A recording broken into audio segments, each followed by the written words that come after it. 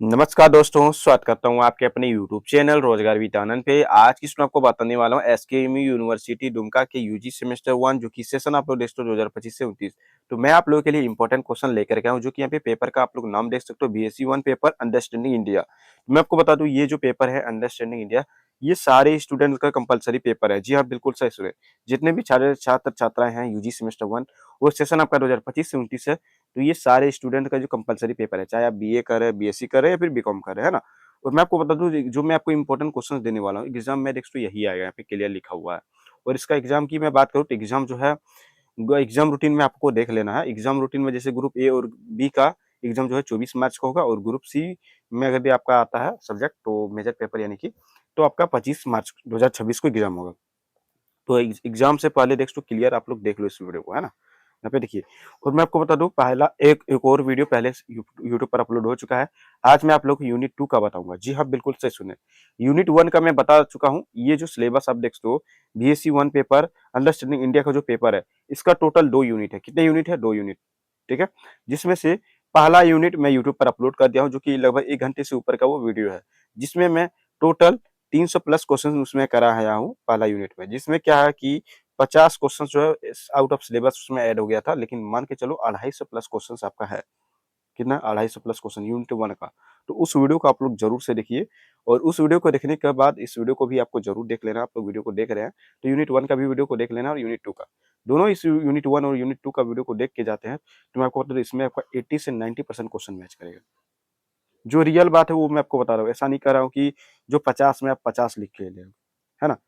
लेकिन आप 50 में जरूर मैं बता दूं 45-40 आप आराम से लाओगे अगर ये दोनों वीडियो को कवर कर लेते हो तो। ठीक है। तो चलिए मैं बिना टाइम वेस्ट किए वीडियो को शुरू करता हूँ। और चैनल पर आप लोग नए हैं तो चैनल को सब्सक्राइब जरूर कर लीजिए। तो चलिए शुरू करते हैं। यहाँ पर देख लो ये आपका सिलेबस है, थोड़ा सा जानकारी दे देता हूँ। लेकिन पहला यूनिट 1 वाला वीडियो में मैं जानकारी दे चुका हूँ कि फुल मार्क्स में कितना है 50। और आपको पास करने के लिए 50 में कम से कम आपको 20 लाना होगा। कितना? 20। और आपको एग्जाम के लिए टाइम जो है 2 घंटे का दिया जाएगा। समझ गए? और एग्जाम जो है आपको एमसीक्यू होगा, ऑब्जेक्टिव होगा इसका। और यहाँ पे देख सकते हो क्लियर लिखा कि BSc 1 paper understanding India. BSc 1 का मतलब होता है वैल्यू एडेड कोर्स। ठीक है। चलिए नीचे आते हैं। तो देखिए यूनिट 1 यहाँ पे लिखा हुआ। यूनिट 1 में क्या पढ़ना है? यूनिट 2 का इसमें साइड कट गया है। तो चलिए मैं आपको डायरेक्ट क्वेश्चन आंसर कराता हूँ। कटे रहे उससे क्या आपको मतलब है? चलिए। तो यहाँ पे देखिए पहला क्वेश्चन क्या है? बोला गया कि होली किसका त्योहार है? आपको ये बताना है। देख तो काफी आसान आसान सवाल है दोस्तों। और आप इसको देखो बोलोगे क्या ये सवाल पूछेगा। आपको लगता है इतना आसान सवाल पूछेगा यूनिवर्सिटी वाला? आपको ये आपके मन में ये सोच रही होगी। लेकिन आपका सिलेबस ही इतना आसान है तो आपको पूछेगा ही। मैं क्या करता हूँ आपके सिलेबस के आधार पर ही क्वेश्चंस को तैयार करता हूँ। तो टेंशन लेने वाली भी बात नहीं। ये जितने भी सारे क्वेश्चन आपका सिलेबस में है और इतना क्वेश्चन आप करोगे इसमें आपका टोटल इस वीडियो में टोटल मैं आपको 300 प्लस क्वेश्चन कराने वाला हूँ, है ना? और ये 300 प्लस क्वेश्चन कीजिए और वहां पे लगभग पहले 300 प्लस करा चुका हूँ जिसमें 50 जो आउट ऑफ सिलेबस उसमें ऐड हो गया था। तो मान के चलो 250 ही। ठीक है। 250 प्लस आप 300 क्वेश्चन आप करके जाओ तो 3 टू 5 550 प्लस क्वेश्चन आप करके जाओगे। तो मैं आपको इतना गारंटी देता हूँ कि जो 40 आपका फुल मार्क्स 50 है तो 50 में आप 45 मार्क्स आराम से लाओगे। लेकिन आप सही तरीके से पढ़ के जाओगे तभी आप इतना नंबर ला पाओगे, नहीं तो नहीं ला पाओगे। मैं इतने सारे क्वेश्चन में आप बोलोगे इतना सारा क्वेश्चन याद करूंगा तो उतना नंबर आएगा ही। अरे भाई 3 बार इसका एग्जाम होगा, सॉरी हाँ 3 टाइम एग्जाम होगा। ग्रुप ए का होगा, ग्रुप बी का होगा और ग्रुप सी का भी होगा। तो समझ सकते हो ऐसे ही आप जोड़ोगे तो 150 प्लस 150 क्वेश्चन होता है। आप देखिए आप शायद 400 प्लस क्वेश्चन याद करोगे जिसमें 150 क्वेश्चन मैच करेगा। अब क्या चाहिए आपको, है ना? तो चलिए मैं बिना टाइम वेस्ट किए आप शुरू करता हूँ क्योंकि आपको बताना भी तो है। चलिए। तो यहाँ पे देखो पहला क्वेश्चन क्या था कि होली किसका त्योहार है? तो मैं आपको बता दूं होली जो है वो रंगों का त्योहार होता है, रंग का त्योहार त्योहार होता है। ऑप्शन बी इसका करेक्ट आंसर होगा। ठीक है। चलिए ये नेक्स्ट वन की ओर चलते हैं। आप लोग एक कॉपी और कलम लेके जरूर बैठिए या फिर आप स्क्रीनशॉट वगैरह ले लीजिएगा, नहीं तो। और मैं आपको बता दूं जितने सारे क्वेश्चन मैं आपको दे रहा हूँ हर एक क्वेश्चन को कम से कम 10 बार पढ़े। हर एक क्वेश्चन को कितने? 10 बार। ठीक है। और 10 बार आप पढ़ के जाओगे एग्जाम में ना, मैं आपको बता दूं जैसे आप एग्जाम में बैठोगे तो आपको लगेगा ये पढ़ा हुआ लगता है, यही वाला होगा। उसको सही में आप गोल घेरा करके आओगे, है ना? इसीलिए मैं आपको बता दे रहा हूँ हर एक क्वेश्चन को आप 10 बार जरूर पढ़िएगा। चलिए शुरू करते हैं। तो देखिए पहला फिर नेक्स्ट क्वेश्चन क्या है? बोला गया है कि दीपावली किसका त्योहार है? तो दीपावली जो है वो रोशनी का त्योहार होता है। किसका त्योहार होता है? रोशनी का त्योहार है, तो ऑप्शन ए इसका करेक्ट आंसर हो जाएगा। फिर नेक्स्ट क्वेश्चन की ओर चलते हैं। बोला गया है कि बैसाखी मुख्यतः किस राज्य में मनाई जाती है?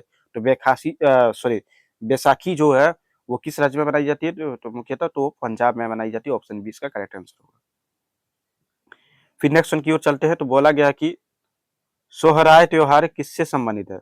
तो सोहराय जो पर्व होता है वो आपको पता होगा कि वो पशु से संबंधित होता है। क्या? पशु से। तो ऑप्शन ए इसका करेक्ट आंसर हो जाएगा। फिर यहाँ पे नेक्स्ट क्वेश्चन आप लोग देख सकते हो। बोला जाता है कि कर्मा त्योहार किस समुदाय से जुड़ा हुआ है? तो कर्मा त्योहार जो है वो आदिवासी से जुड़ा हुआ। किससे जुड़ा हुआ? आदिवासी से। तो इसका जो करेक्ट आंसर होगा वो ऑप्शन ए होगा। फिर यहाँ पे नेक्स्ट क्वेश्चन, ये इंग्लिश मीडियम के लिए आप पढ़ना चाहो पढ़ सकते हो कि चारों धाम वगैरह के बारे में बताया गया। तो यहाँ पे देखिए क्लियर बोला गया कि चार धाम में कितने स्थान होते हैं? तो चार धाम बोला गया, पहले ही बोल दिया क्वेश्चन में, तो टोटल चार ही ना होगा। ऑप्शन इसका सी होगा करेक्ट आंसर। चलिए, फिर बोलता है कि स्वर्ण मंदिर कहाँ स्थित है? तो स्वर्ण मंदिर जो है वो अमृतसर में स्थित है। तो ऑप्शन बी इसका करेक्ट आंसर हो जाएगा। फिर यहाँ पे नेक्स्ट बोला गया है कि ताजमहल किसने बनवाया? तो आपको पता होगा कि ताजमहल जो है वो शाहजहां ने बनवाया था। ये सारे क्वेश्चन जो है आपको आता होगा पहले से। चलिए, फिर यहाँ पे बोलता है कि अजंता गुफाएं कहाँ स्थित है? तो अजंता की जो गुफाएं हैं वो महाराष्ट्र में स्थित है। कहाँ पे? महाराष्ट्र में। चलिए, फिर नेक्स्ट क्वेश्चन बोला जाता है कि सांची किसके लिए प्रसिद्ध है? तो सांची का स्तूप वगैरह आपको पता होगा। तो जो सांची किसके लिए प्रसिद्ध है? तो वो स्तूप होता है। क्या होता है? स्तूप। ऑप्शन बी इसका करेक्ट आंसर होगा। फिर नेक्स्ट क्वेश्चन की ओर चलते हैं। तो बोला गया है कि काठिया नृत्य की उत्पत्ति कहाँ हुई? तो इसका जो करेक्ट आंसर होगा वो होगा ऑप्शन बी होगा, जो कि यहाँ पे है वो ऑप्शन बी का है, उत्तर भारत है। ठीक है, चलिए। फिर बोलता है कि भारत भरतनाट्यम किस राज्य से है ना? थोड़ा सा लोग वेट कर लीजिए। चलिए, अब देखिए भारतनाट्यम किस राज्य से है है ना? तो इसका जो करेक्ट आंसर होगा वो होगा तमिलनाडु से। कहाँ से है? भारतनाट्यम किस राज्य से है? तो वो तमिलनाडु से। चलिए, फिर यहाँ पे नेक्स्ट वन आप लोग देख तो बोला गया कि बिहू नृत्य कहाँ है? तो ये जो है असम में है। कहाँ पे है? असम में है। चलिए, फिर यहाँ पे बोला गया कि गरबा कहाँ प्रसिद्ध है?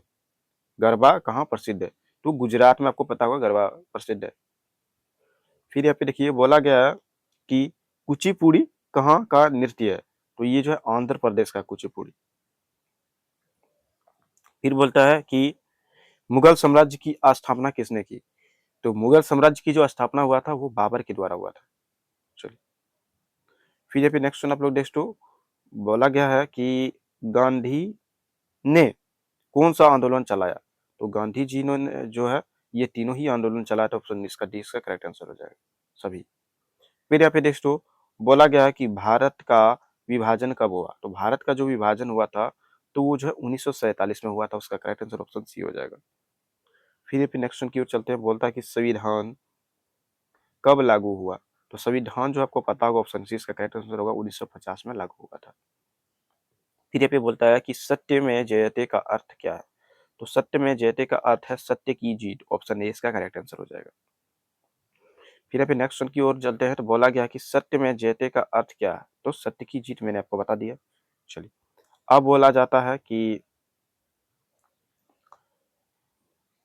अब देखिए यहाँ पे बोला जाता है कि चार धाम में कौन सा शामिल है? तो चार धाम में आपको बताना कि कौन सा शामिल है। तो इसका जो करेक्ट आंसर होगा वो होना चाहिए बद्रीनाथ, है ना, द्वारका, पुरी और रामेश्वर। देख लेते हैं इसका क्या है। तो यहाँ पे नेक्स्ट बोला गया चार धाम कौन कौन शामिल है? चार धाम में जो है सही बात ऑप्शन ए इसका करेक्ट आंसर है। ठीक है, चलिए अब नेक्स्ट क्वेश्चन की ओर चलते हैं। बोला गया है कि केदारनाथ मंदिर किसको समर्पित है? तो आपको बता दूं ये शिव जी को समर्पित है। ऑप्शन बी इसका करेक्ट आंसर होगा। फिर ये पे बोलता है कि भांगड़ा नृत्य किससे संबंधित है? तो वो फसल से संबंधित है। किससे संबंधित है? फसल से। फिर बोलता है कि गरबा नृत्य कब किया जाता है? तो ये नवरात्रि के टाइम में आपको पता होगा कि गरबा खेला जाता है ना। चलिए, फिर बोलता है कि ब्रेह त्योहार किसका है? तो आदिवासियों का है। क्या? आदिवासियों का बहा त्योहार है। फिर यहाँ पे नेक्स्ट यहाँ पे बोलता है कि अजंता गुफाएं किस धर्म से संबंधित है? तो ये बौद्ध धर्म से संबंधित है। ठीक है। चलिए फिर यहाँ पे नेक्स्ट क्वेश्चन की ओर चलते हैं। तो बोला गया कि एलोरा गुफाएं कितने धर्मों को दर्शाता है। तो एलोरा की गुफाएं जो है उसमें कितने धर्मों को दर्शाता है, तो वो टोटल 3 धर्मों को ही दर्शाता है। ऑप्शन सी इसका करेक्ट आंसर होगा। फिर यहाँ पे बोलता है कि सारनाथ किसके लिए प्रसिद्ध है। तो सारनाथ जो है वो जो है बुद्ध का पहला उपदेश था। सारनाथ आपको पता होगा कि गौतम बुद्ध का जो पहला उपदेश था वो सारनाथ में दिया गया था। तो वही इसका जो है करेक्ट आंसर होगा। बुद्ध का पहला उपदेश क्या कहलाता है, सारनाथ, तो उसी के लिए जो है प्रसिद्ध है। ठीक है, चलिए ऑप्शन ए इसका करेक्ट आंसर। फिर बोलता है कि उदयगिरी गुफाएं किससे संबंधित है। तो ये गुप्त काल से संबंधित है। क्या, गुप्त काल से संबंधित है। चलिए फिर अब ये बोलता है कि अब देखिए बोला गया है कि एलिफेटा गुफाएं कहाँ के कहाँ के पास है ना। तो वो मुंबई के पास है। कहाँ पे, मुंबई। चलिए फिर बोलता है कि कोणार्क सूर्य मंदिर किसको समर्पित है। कोणार्क का जो सूर्य मंदिर है वो सूर्य से को समर्पित है। ठीक है, सूर्य देव। चलिए फिर बोलता है कि मातंड मंदिर कहाँ है। तो ये जो इसका जो करेक्ट आंसर होगा वो देख लेते हैं कहाँ पे, कश्मीर में होगा। ठीक है, इसका जो करेक्ट आंसर है वो कश्मीर होगा, ऑप्शन ए। फिर बोलता है कि खजुराहो मंदिर कहाँ है ना। खजुराहो मंदिर कहाँ है, तो ये मध्य प्रदेश में है। कहाँ पे है, मध्य प्रदेश में। फिर देखिए बोला गया है कि बादामी मंदिर कहाँ है। तो इसका जो करेक्ट आंसर होगा वो होगा कर्नाटक में है। फिर बोला जाता है नेक्स्ट क्वेश्चन की महाबलीपुरम कहाँ है। महाबलीपुरम जो है वो तमिलनाडु में। कहाँ है, तमिलनाडु। फिर देखिए बोला है कि भरतनाट्यम किसका प्राचीन नृत्य है। तो ये तमिलनाडु का है। किसका, तमिलनाडु। फिर बोलता है कि कथकली, क्या बोला, कथकली किसके लिए प्रसिद्ध है। तो ये श्रृंगार के लिए प्रसिद्ध है। फिर बोलता है कि देखिए ओडिस ओडिसी है ना नृत्य किसके लिए प्रसिद्ध है। तो ये जो है लावण्य के लिए प्रसिद्ध है। ठीक है, ऑप्शन इसका करेक्ट आंसर होगा। फिर बोलता है कि मणिपुरी नृत्य किस पर आधारित है। तो जो करेक्ट आंसर होगा वो कृष्ण लीला से संबंधित है। फिर देखिए बोला गया कि सत्रिया नृत्य कहाँ विकसित हुआ। तो ये जो असम में विकसित हुआ था। कहाँ हुआ था, असम में। अंग्रेज भारत क्यों आए। अंग्रेज जो है वो भारत क्यों आया था, वो तो व्यापार की दृष्टि से आया था। चलिए फिर बोलता है कि बक्सर का युद्ध कब हुआ। तो बक्सर का युद्ध जो हुआ था वो 1764 ईस्वी में हुआ था। फिर बोलता है कि 1857 का विद्रोह क्या कहलाता है। तो वो क्या कहलाता है, इसका जो करेक्ट आंसर होगा यहाँ पे देख सकते हो, प्रथम स्वतंत्रता संग्राम कहलाता है। ठीक है, चलिए फिर यहाँ पे देखिए बोला गया है कि गांधी का प्रसिद्ध आंदोलन क्या है। तो गांधी जी का प्रसिद्ध आंदोलन जो है वो ऑप्शन डी होगा करेक्ट आंसर। क्या होगा, ऑप्शन डी। क्योंकि भारत छोड़ो आंदोलन भी हुआ था, स्वदेशी आंदोलन भी हुआ था और असहयोग आंदोलन भी हुआ था और स्वदेशी आंदोलन भी हुआ था। ये तीनों इसका करेक्ट आंसर है। तो ऑप्शन डी इसका करेक्ट आंसर हो जाएगा, यानी कि सभी। अब देखिए बोला गया है कि जलियांवाला बाग हत्याकांड कब हुआ। तो वो 1919 में हुआ था। फिर देखिए यहाँ पे बोलता है कि भारत विभाजन से क्या बना। तो भारत विभाजन से क्या बना, तो भारत और पाकिस्तान बना, है ना। चलिए फिर यहाँ पे देखते हैं। तो बोला गया कि संविधान दिवस कब है। तो संविधान दिवस कब होता है, तो ये नेक्स्ट 26 नवंबर को होता है। कब होता है, 26 नवंबर। उसके बाद बोलता है कि गणतंत्र दिवस कब है। तो गणतंत्र दिवस आपको पता होगा कि 26 जनवरी को मनाया जाता है ना। फिर यहाँ पे नेक्स्ट क्वेश्चन, भारत का राष्ट्रीय आदर्श वाक्य है वह सत्यमेव जयते। ठीक है। फिर ये फिर नेक्स्ट धर्म का अर्थ क्या है। तो धर्म का अर्थ क्या है, तो वो होगा कर्तव्य होगा।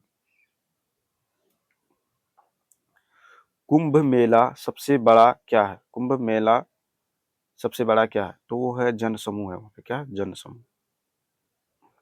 फिर देखिए बोला कि सोहराय कहाँ मनाया जाता है।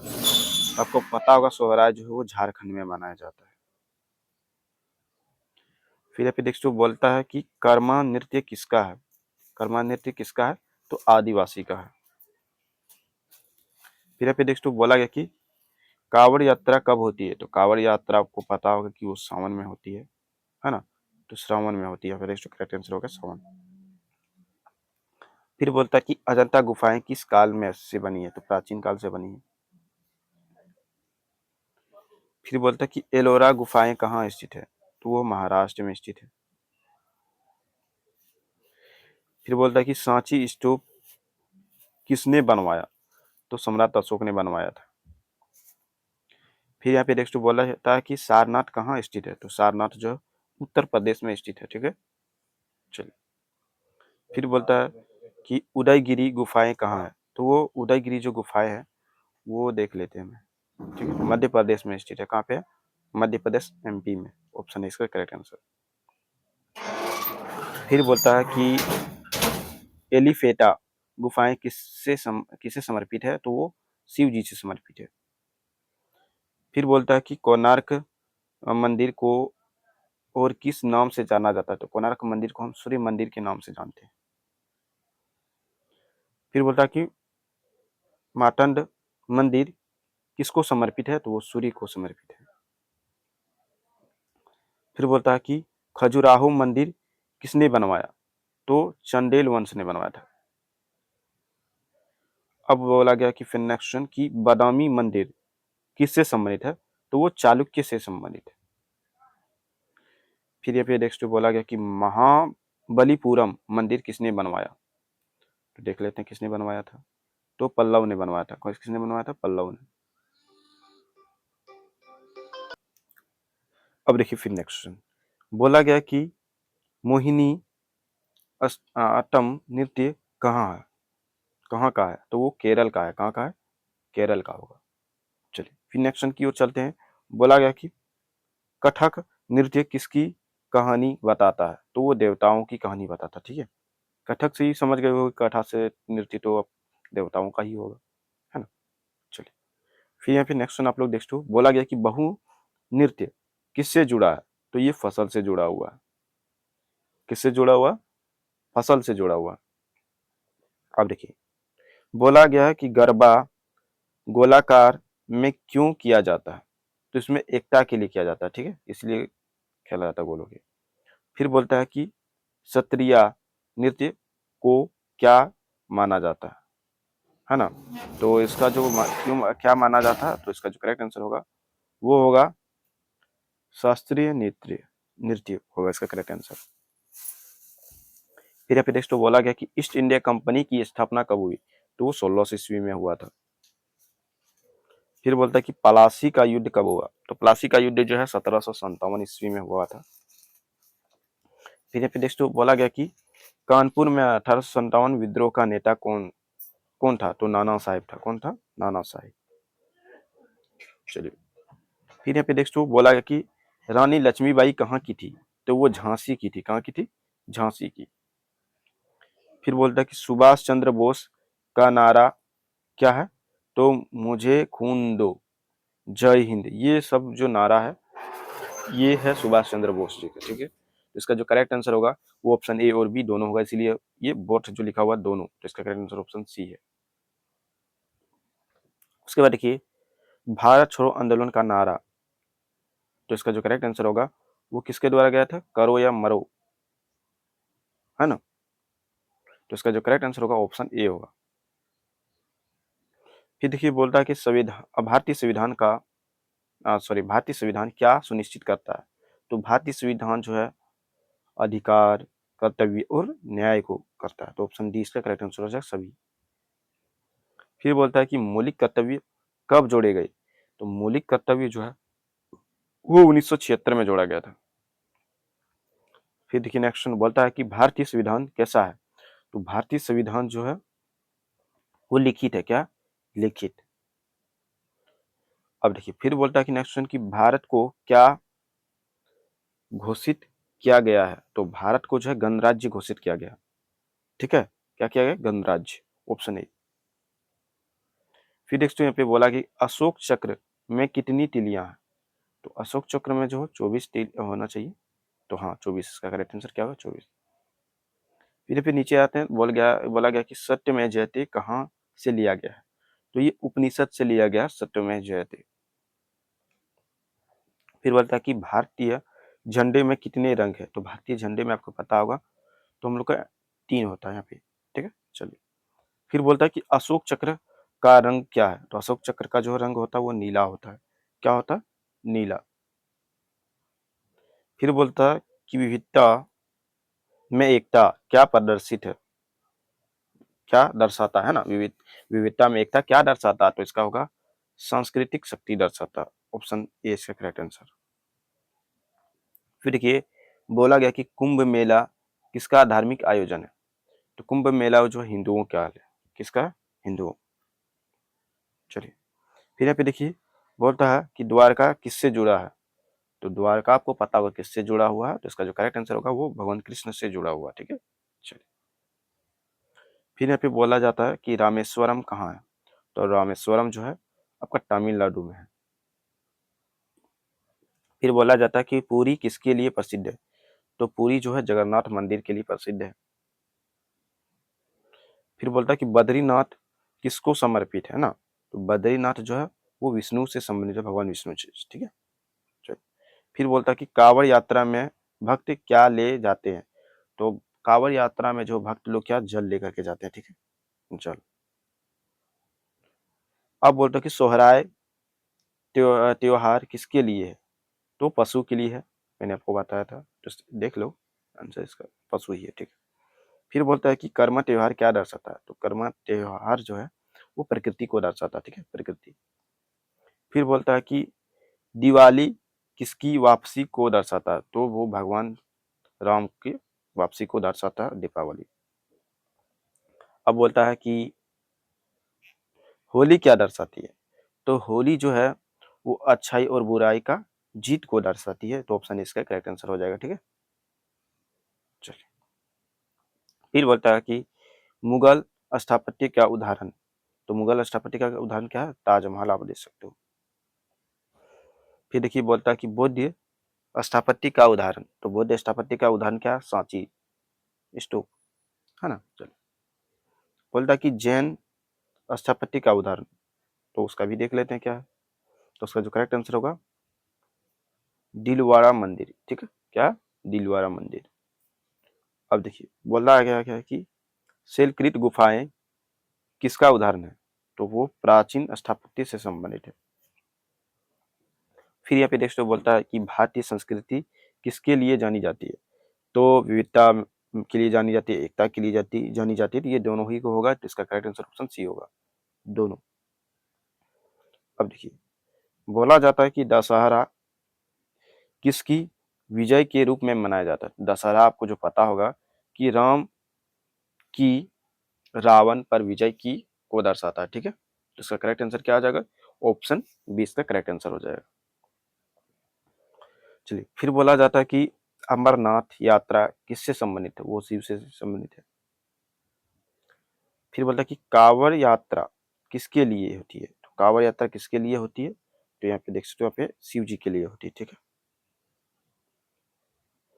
फिर बोलता है कि द्वादश ज्योतिर्लिंग किससे संबंधित है ना, तो द्वादश जो है ज्योतिर्लिंग वो शिव जी से संबंधित है, ज्योतिर्लिंग तो शिव जी का ही होगा, है ना। चलिए, अब यहाँ पे देखिए, बोला कि कुंभ मेला कितने वर्षों में होता है, तो कुंभ मेला जो है 12 वर्षों में एक बार होता है। फिर बोलता है कि नागरसेली के मंदिर कहाँ पाए जाते हैं, तो उत्तर भारत में पाए जाते हैं। फिर बोलते हैं कि दड़वीर शैली के मंदिर कहाँ पाए जाते हैं, तो दक्षिण भारत में पाए जाते हैं। फिर बोलता है कि वेसर शैली किसका मिश्रण है, तो नागर और द्रविड़ दोनों का होगा, तो ऑप्शन इसका करेक्ट आंसर ऑप्शन ए हो जाएगा। फिर बोलता है कि एलिफेटा गुफाएं किसके लिए प्रसिद्ध है, तो वो शिव जी के लिए प्रसिद्ध है। चलिए, थोड़ा सा लोग, हाँ ठीक है। फिर बोला जाता है कि एलोरा गुफाएं किसका उदाहरण है, तो ये जो है इसका ऑप्शन सी इसका करेक्ट आंसर होगा, जिसमें हिंदू, बौद्ध और जैन को तीनों को दर्शाता है, ठीक है। चलिए, अब देखिए, बोला गया है कि खजुराहो मंदिर किसके लिए प्रसिद्ध है, तो ये मूर्ति कला के लिए प्रसिद्ध है। फिर यहाँ पे नेक्स्ट बोला गया कि कोणार्क सूर्य मंदिर कहाँ है। कोणार्क का जो सूर्य मंदिर है वो ओडिशा में है, ठीक है, ओडिशा। फिर बोलता है कि महाबलीपुरम मंदिर कहाँ है, तो तमिलनाडु में है। फिर बोलता है कि लाल किला किसने बनवाया, तो लाल किला जो बनवाया था वो शाहजहां ने बनवाया था, ठीक है, किसने बनवाया था, शाहजहां ने। फिर देखिए यहाँ पे बोला गया कि स्वर्ण मंदिर किस धर्म से जुड़ा है, तो सिख धर्म से जो है स्वर्ण मंदिर जुड़ा हुआ। फिर बोला कि कथकली किस राज्य का नृत्य है, तो वो केरल का है। फिर देखिए बोला गया कि मणिपुरी नृत्य कहाँ का है, तो वो मणिपुर का है। ओडिसी नृत्य कहाँ का है, तो ओडिशा का है। फिर बोलता है कि मोहिनी अट्टम कहाँ का नृत्य है, तो केरल का है। फिर बोलता है कि सत्रिया नृत्य कहाँ का है, असम का है। भारत में अंग्रेजी शासन की शुरुआत किससे हुई, तो पलासी का युद्ध से हुआ था। फिर बोलता है कि प्रथम स्वतंत्रता संग्राम कब हुआ, तो 1857 में हुआ था। भारत छोड़ो आंदोलन कब शुरू हुआ, 1942 में हुआ था। असहयोग आंदोलन का नेतृत्व किसने किया, तो गांधी जी ने किया था। आजाद हिंद फौज का नेता कौन थे, तो आजाद हिंद फौज का जो नेता था वो था सुभाष चंद्र बोस, जिसको हम बोलते हैं सुभाष बोस, ठीक है, शॉर्ट में। अब देखिए फिर बोलता है कि भारतीय संविधान की प्रस्तावना किससे शुरू होती है, तो हम भारत के लोग से जो है शुरू होती है भारत की प्रस्तावना। फिर बोलता है कि धर्म चक्र क्या दर्शाता है, तो वो कानून को दर्शाता है। फिर बोलता है कि सत्यम शिवम सुंदरम का अर्थ, तो सत्य ही सुंदर है, तो इसका करेक्ट आंसर होगा। फिर यहाँ पे देख सकते हो, पे चलिए ठीक है, बोला गया कि ज्ञान विज्ञान किस विकास का अर्थ, ज्ञान विज्ञान विकास का अर्थ क्या होता है, तो उसका जो करेक्ट आंसर होगा, तो यहाँ पे देखते हो ऑप्शन सी होगा। क्या होगा, ऑप्शन सी, ज्ञान प्लस विज्ञान प्लस विकास। चलिए फिर यहाँ पे देखते हो विविधता में एकता का अर्थ, तो इसका जो है अलग अलग लेकिन एक, ठीक है, ऑप्शन बी इसका करेक्ट आंसर होगा। अलग अलग लेकिन एक होता है, ठीक है। उसके बताया गया है कि दशहरा किसके सम्मान में बनाया जाता है, तो दशहरा जो है राम जी के सम्मान के लिए बनाया जाता है। कुंभ मेला कितने स्थानों पर होता है, ठीक है, कुंभ मेला कितने स्थानों पर होता है, टोटल 4 स्थान पर होता है। फिर बोलता है कि कुंभ मेले का एक स्थान कौन सा है, तो हरिद्वार है। फिर यहाँ पे देखो बोला गया है कि द्वादश ज्योतिर्लिंग क्या दर्शाते हैं, तो शिव के रूप को दर्शाते हैं। फिर बोलता है कि कांवड़ यात्रा कहाँ अधिक लोकप्रिय है, तो उत्तर भारत। फिर बोलता है कि नगर शैली मंदिर में क्या होता है, तो नागर शैली मंदिर में क्या होता है, तो उसका जो करेक्ट आंसर होगा वो शिखर होता है। क्या होता है, शिखर, ऑप्शन ए इसका करेक्ट आंसर हो जाएगा। फिर यहाँ पे देखिए द्रविड़ शैली मंदिर में क्या होता है, तो गोपुरम होता है। क्या होता है, गोपुरम। फिर देखिए वेसर शैली कहाँ पाई जाती है, तो दक्कन क्षेत्र में पाई जाती है। फिर यहाँ पे देखो बोलता है कि अजंता गुफाएं मुख्यतः क्या दर्शाती है, तो वो बुद्ध का जीवन को दर्शाता है ना। चलिए फिर बोलता है कि एलोरा गुफाएं किस काल की है, तो प्राचीन काल की है। फिर बोलता है कि सांची स्तूप क्या दर्शाता है, तो शांति दर्शाता है, ठीक है। फिर बोलता है कि खजुराहो मंदिर क्या यूनेस्को स्थल है, तो ये हाँ। फिर बोला जाता है कि लाल किला किसका अवदान है, तो मुगल स्थापत्य का है। स्वर्ण मंदिर क्या दर्शाता है? तो स्वर्ण मंदिर जो है वो सिख धर्म को दर्शाता है। फिर है कि ताजमहल किसका प्रतीक है? तो प्रेम का, लव का। फिर बोलता कि भरतनाट्यम किस पर आधारित है? तो भक्त पर आधारित है। सॉरी, हाँ, भक्ति, भक्ति पर आधारित है। ठीक है, ऑप्शन ए इसका करेक्ट आंसर हो जाएगा, भक्ति। अब देखिए, बोला गया कि कथक नृत्य में क्या शामिल है? तो इसका जो करेक्ट आंसर होगा वो देख लेते हैं क्या है।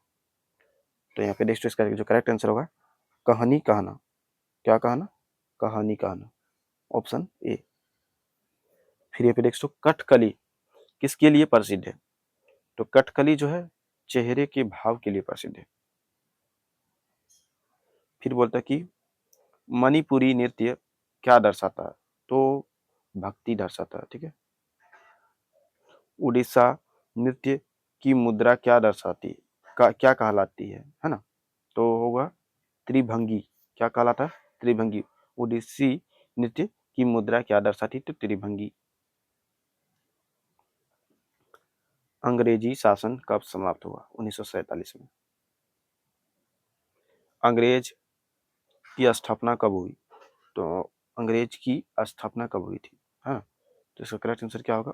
1855 में हुआ था। फिर बोलता है कि स्वदेशी आंदोलन कब शुरू हुआ?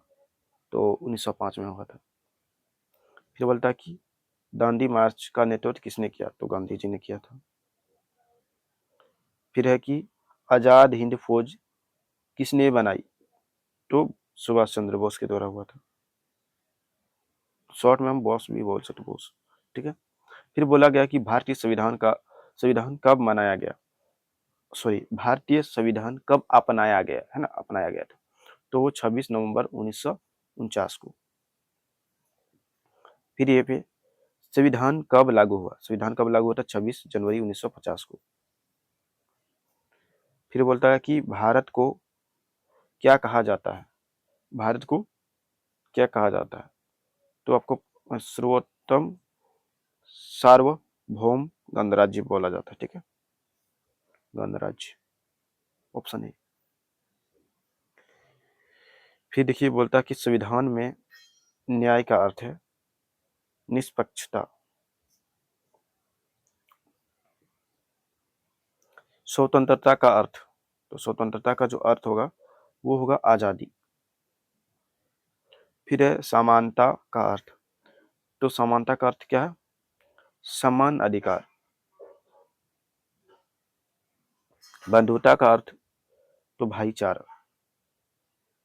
फिर बोला गया कि प्रस्तावना क्या दर्शाता है, क्या दर्शाती है? तो प्रस्तावना जो है क्या दर्शाती है? तो आदर्श को दर्शाती है। भारतीय संविधान लंबा क्यों है? तो विस्तृत है। फिर देखिए, बोला गया कि मौलिक अधिकार किसकी रक्षा करते हैं? तो नागरिक की। मौलिक कर्तव्य क्या बताते हैं? तो जिम्मेदारियां बताती है। लोकतंत्र का अर्थ क्या है? तो जनता का शासन को कहते हैं लोकतंत्र। फिर बोलता है कि धर्मनिरपेक्ष का अर्थ, तो कोई राज्य धर्म नहीं है इसका। ठीक है। फिर बोलता है कि गणराज्य का अर्थ तो गणराज्य का अर्थ क्या होता है वो देखिए। तो होता है निर्वाचन, और सॉरी, निर्वाचित प्रमुख होता है, ऑप्शन ए। फिर यहाँ पे देख सकते हो, संविधान एकता कैसे सुनिश्चित करता है? तो कानून से। राष्ट्रीय एकीकरण का अर्थ, तो वो होता है एकता। फिर यहाँ पे देख सकते हो, बोला कि भारतीय संस्कृति किस पर आधारित है? तो मूल्य पर आधारित है। फिर यहाँ पे देखिए, त्योहार क्या बढ़ावा देते हैं? त्योहार जो है एकता को बढ़ावा देता है। कला क्या दर्शाती है? कला क्या दर्शाती है? तो देख सकते हैं पे इसका जो करेक्ट आंसर होगा वो होगा संस्कृति को दर्शाती है। फिर बोलता है कि नृत्य क्या दर्शाती है? दर्शाता है? तो भावनाएं दर्शाती है। चलिए, फिर बोला गया कि भारत भारत में संगीत किसमें विभाजित है? तो शास्त्रीय और कर्नाटक में। Option is the correct answer. फिर बोलता है कि शास्त्रीय संगीत क्या है? तो पारंपरिक है। Option A. फिर यहाँ पे नेक्स्ट बोलता है कि कर्नाटक संगीत कहाँ का है? तो दक्षिण भारत का है। हिंदुस्तानी संगीत कहाँ का है? तो उत्तर भारत का है। भारतीय संस्कृति क्या दर्शाती है ना? भारतीय संस्कृति क्या दर्शाती है? तो क्या दर्शाती है? एकता और मूल्य को दर्शाती है। फिर देखिए बोला गया कि कुंभ मेले कितनी नदियों के बीच घूमता है? तो 4। फिर है कि हरिद्वार किस नदी के किनारे है? तो गंगा नदी के किनारे है हरिद्वार। फिर बोला जाता है कि प्रयागराज किस संगम के लिए प्रसिद्ध है? तो प्रयागराज जो है आपको पता होगा कि गंगा, यमुना और सरस्वती के लिए प्रसिद्ध है।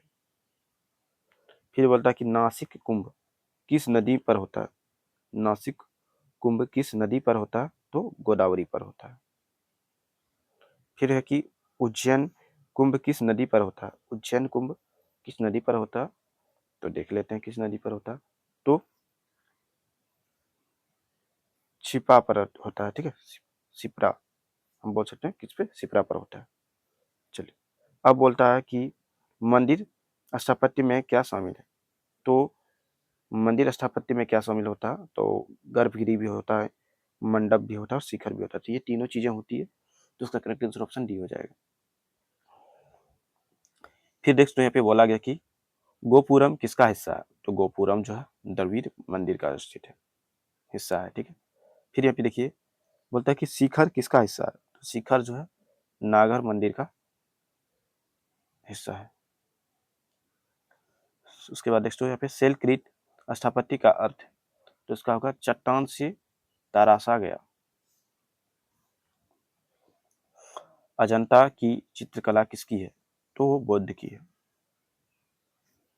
एलोरा गुफाएं क्या दर्शाती है? तो देखते हैं क्या दर्शाती है। धर्मों की एकता को दर्शाता है, ठीक है, धर्मों की एकता। फिर है कि खजुराहो मूर्तियां क्या दर्शाती है? तो मानव जीवन को दर्शाती है। फिर है कि ताजमहल किससे बना? तो ताजमहल जो है संगमरमर से बना था। फिर यहाँ पे दोस्तों बोला गया कि लाल किला किससे किससे बना है? तो लाल किला जो है लाल बलुआ पत्थर से बना हुआ है, ठीक है। फिर यहाँ पे देखिए स्वर्ण मंदिर किससे घिरा है? तो जल कुंड से घिरा हुआ है। फिर नेक्स्ट पे बोला गया कि भरतनाट्यम में क्या प्रयोग होता है? तो क्या प्रयोग होता है देख लेते हैं। तो इसका जो करेक्ट आंसर होगा वो मुद्राएं होती है। फिर देखिए बोला गया कि कथक में पैरों का काम क्या कहलाता है? तो तत्काल कहलाता है, तत्कार। क्या कहलाता है? तत्कार। फिर बोल रहा है कि कथकली कलाकार क्या उपयोग करते हैं? तो भारी श्रृंगार।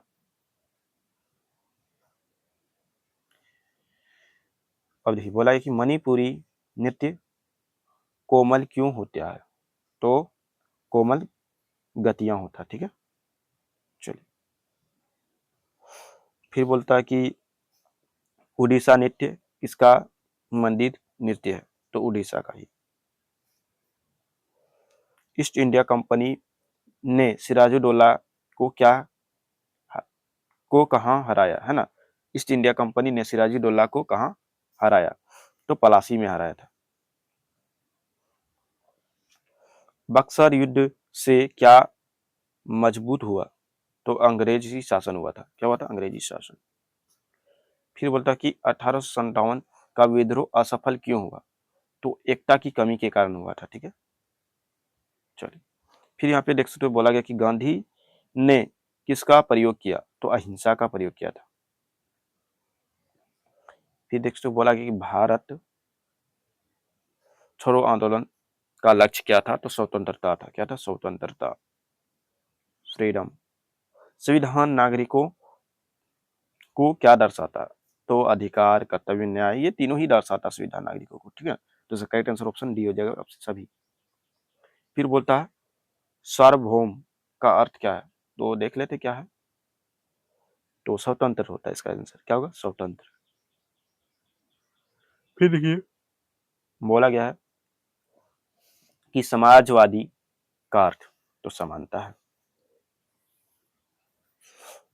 फिर यहाँ पे नेक्स्ट बोला गया है क्या कि धर्म निरपेक्षता, निरपेक्षता, हाँ निरपेक्षता का अर्थ क्या है? धर्म निरपेक्षता का अर्थ क्या है? तो ऑप्शन ए इसका करेक्ट आंसर हो जाएगा सभी धर्मों का समान सम्मान। गणराज्य का अर्थ, तो गणराज्य का जो अर्थ होता है जनता प्रमुख चुनती है। ठीक है, चलिए अब देखते हैं नेक्स्ट क्वेश्चन। बोला गया कि न्याय में क्या शामिल है? तो न्याय में क्या शामिल होता है? तो सामाजिक, आर्थिक और राजनीतिक, ये तीनों ही शामिल होती है ना, तो ये सभी हो जाएगा इसका आंसर करेक्ट ऑप्शन डी। स्वतंत्रता में क्या शामिल है?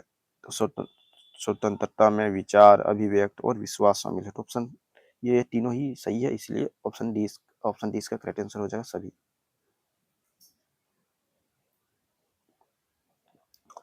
समानता क्या सुनिश्चित करती है? तो समानता जो है समान अवसर को सुनिश्चित करती है।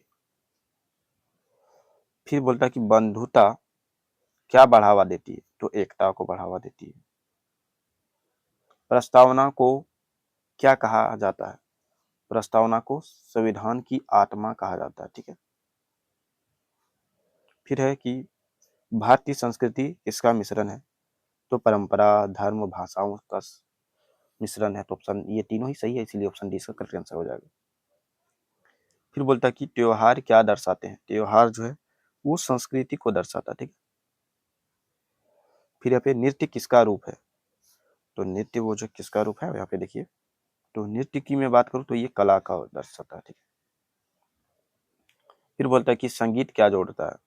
संगीत क्या जोड़ता है? तो लोगों को जोड़ता है। ठीक है, फिर बोलता है कि विरासत का अर्थ, विरासत का अर्थ होता है संस्कृति। भारतीय विरासत में क्या शामिल है? तो भारतीय विरासत में जो है स्मारक, परंपराएं और कला शामिल है। ये तीनों ही शामिल है, इसलिए ऑप्शन डी इसका करेक्ट आंसर हो जाएगा, ऑप्शन डी। फिर यहाँ पे देखिए बोला गया है कि विविधता का अर्थ, तो इसका जो अर्थ होता है वो होगा भिन्नता। क्या होगा? भिन्नता। फिर नेक्स्ट आप लोग नेक्स्ट यहाँ पे बोला है कि एकता का अर्थ, तो एकता का अर्थ क्या होगा? तो करेक्ट आंसर हो जाएगा साथ रहना। ठीक है, चलिए फिर यहाँ पे नेक्स्ट भारतीय मूल्यों में क्या शामिल है? तो भारतीय मूल्यों में क्या शामिल है? तो सम्मान शामिल है, सहनशीलता शामिल है और सद्भाव शामिल है। तो ये तीनों ही है, तो ऑप्शन डी इसका करेक्ट आंसर हो जाएगा। फिर यहाँ पे देखते हो संस्कृति किससे बदलती है?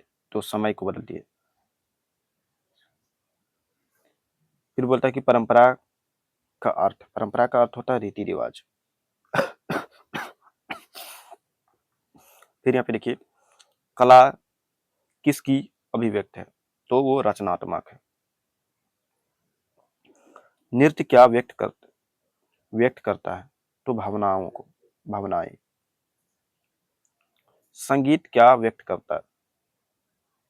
तो ये भी जो है भावनाएं को, भावनाएं को करता है। ठीक है, भावना को। फिर यहाँ पे नेक्स्ट पे बोला गया कि संस्कृति क्या बताती है? तो पहचान बताती है। क्या बताती है? पहचान। फिर है कि भारतीय एकता किस पर आधारित है? तो विविधता पर आधारित है। विरासत को कौन संरक्षित करता है? तो लोग करता है। स्मारक क्या दिखाते हैं? स्मारक इतिहास को दिखाते हैं। त्योहार किसे जोड़ते हैं? तो लोगों को। फिर भारतीय संस्कृति क्या बढ़ावा देती है? तो सद्भाव को। संस्कृति किससे फैलती है? तो पीढ़ियों से, पीढ़ी दर पीढ़ी, है ना, पीढ़ियों। फिर बोलता है कि भाषा किसका हिस्सा है? तो संस्कृति का। फिर क्या है कि धर्म क्या प्रभावित करता है? धर्म क्या प्रभावित करता है? तो संस्कृति का। फिर नेक्स्ट क्वेश्चन बोला कि समाज क्या दर्शाता है? तो संस्कृति को। फिर है संस्कृति किस में मदद करती है? संस्कृति किस में मदद करती है? तो पहचान में मदद करती है। फिर देखिए भारत किसके लिए प्रसिद्ध है? भारत किसके लिए प्रसिद्ध है? तो विविधता में एकता के लिए प्रसिद्ध है। फिर है कि राष्ट्रीय एकीकरण के लिए क्या चाहिए? तो एकता चाहिए। सांस्कृतिक एकता से क्या होता है? तो शक्ति होता है। त्योहार क्या बनाते हैं? त्योहार क्या मनाते हैं? तो खुशी मनाते हैं त्योहार में। फिर है कि संस्कृति क्या सिखाती है? तो मूल्य को सिखाती है। फिर है कि विरासत कैसी होनी चाहिए? तो संरक्षित होना चाहिए। क्या कला इतिहास को दर्शाती है? तो हाँ, दर्शाती है। फिर देखिए नृत्य और संगीत क्या है? तो सांस्कृतिक रूप है।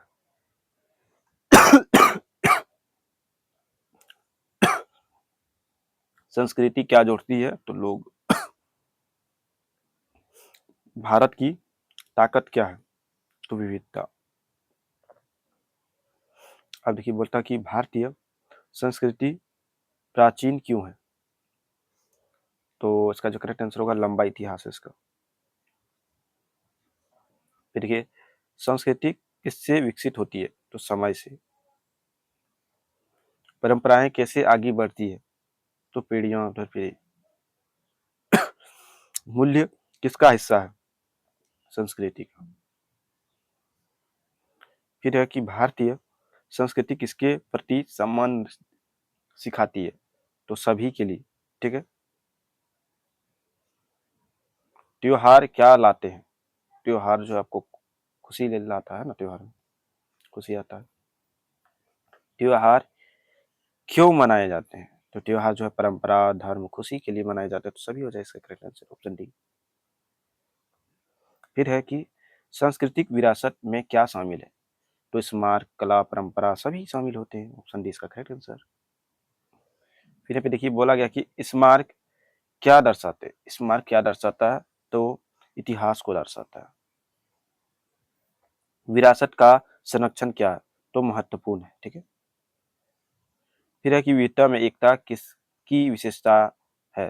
तो वो भारत की विशेषता है। फिर पे विविधता का अर्थ है तो क्या होता है? इसका करेक्ट आंसर वो होगा विभिन्न, भिन्नता। क्या होगा? विभिन्नता। Option A. फिर एकता का अर्थ साथ रहना। एकता का अर्थ क्या होता है? साथ रहना। संस्कृति किसे पहचान देती है? तो समाज को। संस्कृति कैसे सीखी जाती है? तो समाज से सीखी जाती है संस्कृति। सामाजिक मूल्य को क्या शामिल है? सामाजिक मूल्यों में क्या शामिल है ना? तो सम्मान, सहनशील, प्रेम, ये सभी शामिल है। ऑप्शन डी इसका करेक्ट आंसर। फिर है कि सांस्कृतिक एकता से क्या होता है? तो शक्ति। त्योहार किसमें मदद करते हैं? त्योहार किसमें मदद करते हैं? तो आपसी जुड़ाव को मदद करते हैं। आपसी जुड़ाव में। नृत्य किसकी अभिव्यक्ति है? तो भावना का। संगीत क्या जोड़ता है? तो लोगों को। देखो ये क्वेश्चन हर बार रिपीट हो रहा है ना, हमको लगता है ये वाला आएगा ही जरूर। फिर देखिए बोलता है कि भाषा किसका हिस्सा है? तो संस्कृति का है। क्योंकि क्वेश्चन जो है थोड़ा बहुत रिपीट कर रहा है। धर्म किसे प्रभावित करता है? तो संस्कृति को। विरासत की रक्षा कौन करता है? तो विरासत की रक्षा कौन करता है? तो देख लेते हैं। तो लोग करते हैं। ठीक है, लोग। अब देखिए स्मारक किसका उदाहरण है? तो विरासत का उदाहरण है। अब बोले कला किसका हिस्सा है? तो संस्कृति का हिस्सा है। फिर भारतीय त्योहार क्या दिखाते हैं? तो विविधता। सांस्कृतिक परंपराएँ सांस्कृतिक प्रथाएँ क्या है? तो परंपराएँ हैं। सांस्कृतिक प्रथाएँ क्या है? तो वो परंपराएँ हैं। समाज किससे बनता है? तो संस्कृति से बनता है। विरासत किसकी धरोहर है? तो अतीत का। फिर क्या संस्कृति एकता में मदद करती है? तो हाँ, करती है। अब देखिए, मूल्य क्या मार्गदर्शन करते हैं? तो व्यवहार का। व्यवहार। चलिए, फिर क्या त्योहार लोगों को कैसे जोड़ता है? तो उत्सव से जोड़ता है, ठीक है, सेलिब्रेशन। फिर है कि नृत्य और संगीत किसका हिस्सा है? तो संस्कृति का। फिर यहाँ पे है कि सांस्कृतिक विविधता से क्या होता है? तो इसका जो करेक्ट आंसर होगा वो समृद्ध होता है, समृद्धि। फिर है कि संस्कृति क्या सिखाती है? तो संस्कृति क्या सिखाती है? तो अनुशासन को सिखाती है। फिर है कि क्या भारतीय विरासत में मंदिर शामिल है? तो हाँ, शामिल है। फिर है फिर देखिए, क्या संस्कृति धीरे धीरे बदलती है? तो हाँ, धीरे धीरे बदलती है संस्कृति। फिर है कि क्या परंपराएं पहचान बना बनाए रखती है? तो संस्कृति, हाँ, इसका करेक्ट आंसर हाँ हो जाएगा। फिर यहाँ पे देखिए नेक्स्ट क्वेश्चन, क्या कला संस्कृति को संरक्षित रखती है? हाँ, रखती है। फिर है कि क्या त्योहार मूल्य दर्शाते हैं? हाँ, दर्शाते हैं। संस्कृति सांस्कृतिक एकता क्या लाती है? तो शांति लाती है। और यहाँ पे फिर नेक्स्ट, विरासत किसका प्रतीक है? तो पहचान का, आइडेंटिटी, ऑप्शन है। फिर देखिए बोला है कि क्या संस्कृति समाज बनाती है? तो हाँ। फिर कि क्या त्योहार सद्भाव बनाते हैं? हाँ। फिर देखिए, क्या विविधता ताकत है? तो इसका भी हाँ ही होना चाहिए, क्योंकि सबका हाँ हो रहा है तो इसका भी हाँ होना चाहिए। हाँ, ठीक है, हाँ। फिर देखिए बोला गया कि क्या भारतीय संस्कृति बड़ों का सम्मान करती है? तो हाँ, करती है। फिर देखिए, क्या संस्कृति सहनशीलता सिखाती है? तो हाँ। फिर नेक्स्ट जो बोला गया कि क्या विरासत अतीत और वर्तमान को जोड़ती है? तो इसका जो करेक्ट आंसर होगा वो होगा हाँ। फिर देखिए बोला गया कि क्या कला रचनात्मक दिखाती है? तो इसका जो करेक्ट आंसर होगा वो भी होगा हाँ। तो नेक्स्ट लास्ट क्वेश्चन बचा हुआ है कि क्या भारतीय संस्कृति एकता को बढ़ावा देती है? तो हाँ, देती है। तो दोस्तों, आप लोगों के लिए टोटल मैंने आज लगभग दोस्तों 1 घंटे का, ये लगभग 153 मिनट का ये वीडियो बना। और ये इसमें जो है मैंने आपको 300 क्वेश्चंस कराए हैं। और ये आप लोग क्या कीजिए, आप लोग टोटल ये 300 प्लस क्वेश्चंस को जरूर याद कर लीजिए। प्लस और एक वीडियो मैंने अपलोड किया था यूनिट 1 में, जिसमें 300 प्लस क्वेश्चंस बताया है, लेकिन इसमें जो 50 out of syllabus question add हो गया था। तो इसमें टोटल जो है आप माइनस करोगे तो इसमें 250 है, तो टोटल आप 550 यानी 550 प्लस क्वेश्चंस को कर लीजिए। आप इतना करोगे तो मैं आपको बता दूं टोटल फुल मार्क्स 50 है, जिसमें से 50 में आपका 1 नंबर या एक सारा सवाल रहेगा। तो आप 45 से 40 नंबर आप आराम से ला सकते हो, है ना।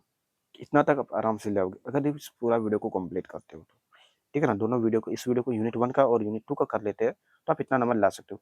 कोई भी टीचर है आपको ये नहीं बताएगा कि 100% क्वेश्चन आएगा, ठीक है। बोलने का बोल लेगा लेकिन आएगा उतना नहीं, ठीक है। ये रियलिटी है जो आपको पता होगा। तो यही रियलिटी है भाई कि इतना क्वेश्चन जरूर कीजिए, आप उतना नंबर ले आओगे, ठीक है।